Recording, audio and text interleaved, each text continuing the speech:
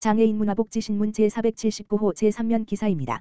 정하용 경기도 의원, 용인 미랄장애인 공동생활가정 2025년 경기도 사회복지시설 차량 지원사업 선정 결실.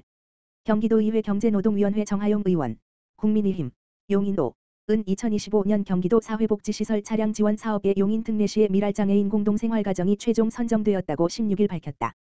이번 사업은 경기복지재단이 주관하여 도내 사회복지시설의 차량 운영 부담을 줄이고 복지 서비스의 질적 향상을 도모하기 위해 추진되는 사업이다.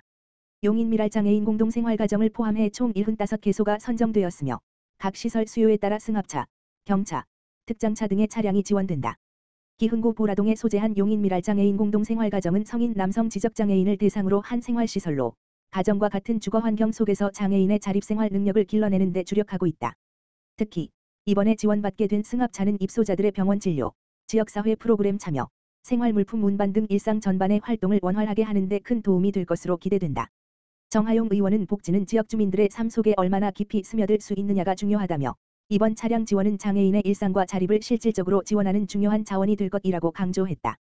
이어 정 의원은 이번 사업은 복지시설 종사자와 이용자 모두의 삶의 질을 높이는 기반 사업으로 장애인과 지역사회가 함께 나아가는 마중물이 될 것이라며 모든 주민이 차별 없이 이동하고 존엄한 삶을 누릴 수 있도록 도의회 차원에서도 꾸준히 관심을 갖고 정책 개선에 힘쓰겠다고 밝혔다.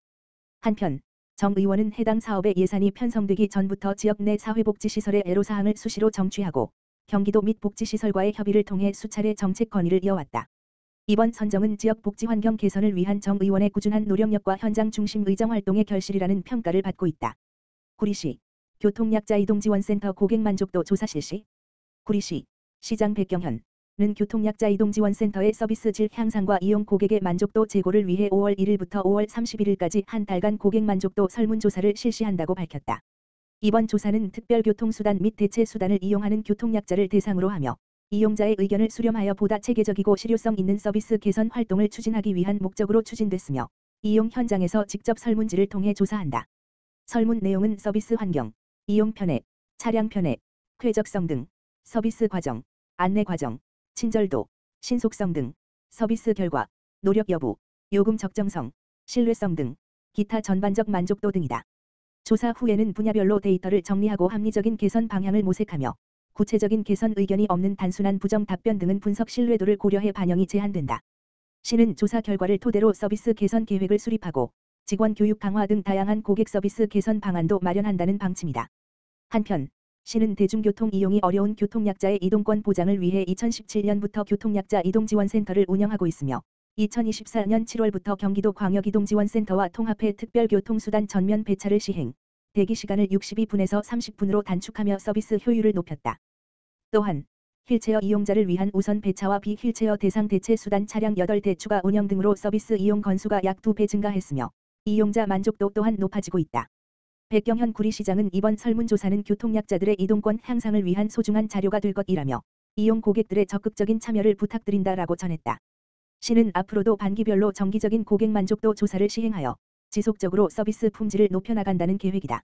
시흥시 전동보조기기 이용자 대상 배상책임보험 가입.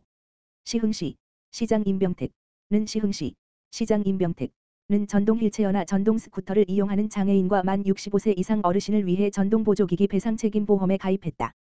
전동보조기기 배상책임보험이란 전동보조기기 운행 중 이용자의 과실로 다른 사람을 다치게 하거나 물건을 망가뜨렸을 때 이용자 대신 피해를 보상해주는 제도다. 시는 지난 2023년 배상책임보험에 처음 가입했다. 보장 범위는 등록장애인 및 만 65세 이상 어르신이 전동보조기기 운행 중 제3자의 손해를 입혀 발생한 배상책임에 대해 최대 2천만 원까지 지원하며 보험금 청구 시 본인이 부담해야 하는 금액은 5만 원이다. 단, 전동보조기기 이용자 본인이 다친 경우는 보장받을 수 없다. 보험 대상은 시흥시에 거주하는 등록장애인과 만 65세 이상 어르신 중 전동보조기기 이용자며 별도의 신청 절차 없이 자동으로 가입된다. 보험 기간은 2025년 4월 20일부터 2026년 4월 19일까지다. 유성희 시흥시 장애인복지과장은 전동보조기기 배상책임보험은 예상하지 못한 사고로 경제적 어려움을 겪지 않도록 돕기 위한 것이라며 앞으로도 사회적 약자를 비롯한 시민 모두가 안전하고 행복한 삶을 누릴 수 있도록 다양한 정책을 추진하겠다라고 말했다. 보험에 관한 자세한 내용은 휠체어코리아.com https://wheelchaircareer.com/02-0238-0828을 통해 확인할 수 있다. 최만식 경기도의원 비소금 보호작업장 방문. 예술로 자립 꿈꾸는 장애인 응원. 경기도의회 보건복지위원회 최만식 의원, 더불어민주당, 성남이, 은 13일 성남시 수정구에 위치한 비소금 보호작업장을 방문해 근로훈련장애인을 격려하고 시설 운영 현황과 제도 개선 과제에 대해 관계자들과 의견을 나눴다. 이날 현장에는 최 의원을 비롯해 박기범 성남시 의원과 백명진 비소금 보호작업장 시설장이 함께해 다양한 현안에 대해 논의했다. 비소금 보호작업장은 중증장애인에게 직업훈련과 근로기회를 제공해 자립을 지원하는 장애인 직업재활시설로 현재 12명의 장애인이 이곳에서 근무 중이다. 특히 이 시설은 예술활동과 직업재활을 결합한 미술품 대여 사업을 운영하며 주목받고 있다. 장애예술인의 창작 작품을 기업이나 공공기관에 임대함으로써 소득을 창출하는 동시에 장애에 대한 사회적 인식을 개선하는 데 기여하고 있다는 평가다. 또 공립특수학교 성은학교의 방과 후 미술교육기관으로 지정되기도 한 해당 시설은 미술에 관심 있는 발달장애인을 대상으로 미술체험 프로그램을 운영하고 있다. 참여자들은 전문 작가의 지도 아래 직접 미술작품을 제작하고 판매하며 실질적인 자립 기반을 다지고 있다. 시설 측은 앞으로 디지털 드로잉을 활용한 예술교육 프로그램도 새롭게 도입할 계획이라고 전했다.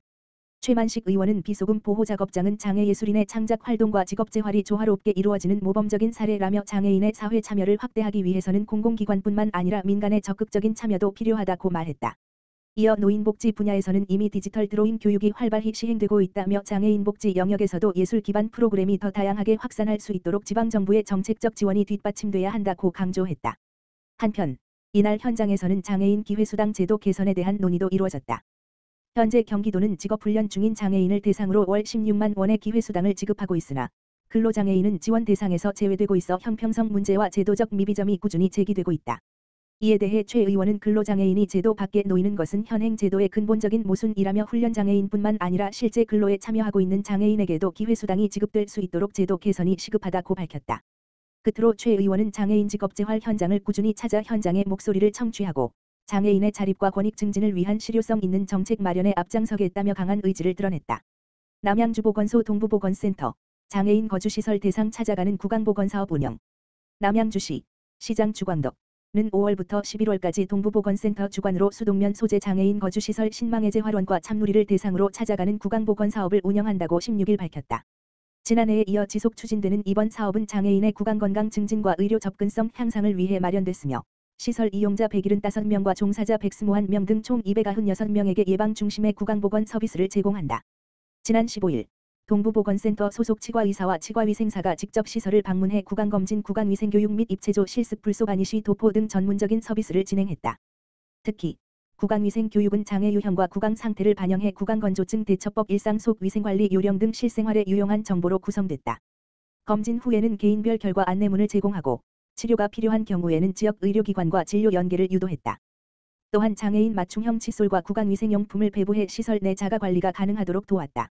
시는 하반기에 시설 종사자 대상의 전문 교육도 확대해 나갈 계획이다.